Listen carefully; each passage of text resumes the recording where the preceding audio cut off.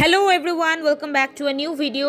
তো চলো আজকে আমি তোমাদের সাথে আরেকটা নিউ ডেস্টিনেশন শেয়ার করি, যেটা তোমরা উইকেন্ড গেটওয়ে ফ্রম কলকাতাতে এক্সপ্লোর করতে পারো। এবং এই জায়গাটার নাম হলো কালনার 108 শিব মন্দির, যেটা কালনা স্টেশন থেকে আসতে মাত্র 15-20 মিনিট লাগে।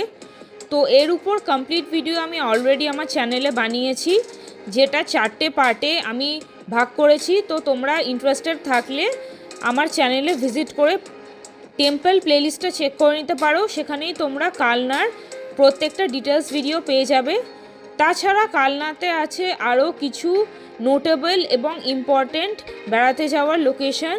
যেমন একটা আমার সবথেকে ভালো লেগেছে, সেটা হলো কালনা রাজবাড়ি ক্যাম্পাস, এবং তারই পাশে আছে হচ্ছে একটা সুন্দর আর্টওয়ার্ক করা প্রতাপেশ্বর টেম্পল।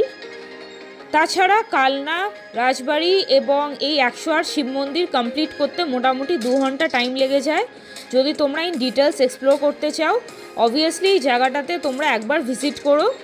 আর ভিডিওটা ভালো লাগলে শেয়ার করো, and do subscribe to my YouTube channel for more such offbeat locations.